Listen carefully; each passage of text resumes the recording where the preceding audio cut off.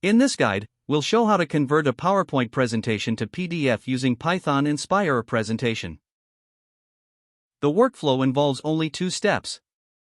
Load the PowerPoint presentation, then save it as a PDF file. First, install Spire a presentation for Python with a pip command. Create a presentation object, load the input file, and save it as PDF. To export a single slide, retrieve it by index using slides.get_item and save it directly as a PDF file.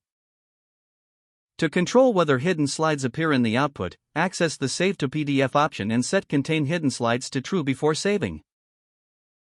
For long-term archival, set the PDF conformance level to PDF_A1A on the Save to PDF option, then save the file.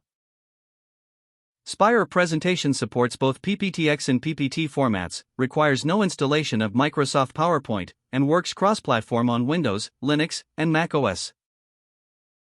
That's all you need to start converting PowerPoint presentations to PDF with Python.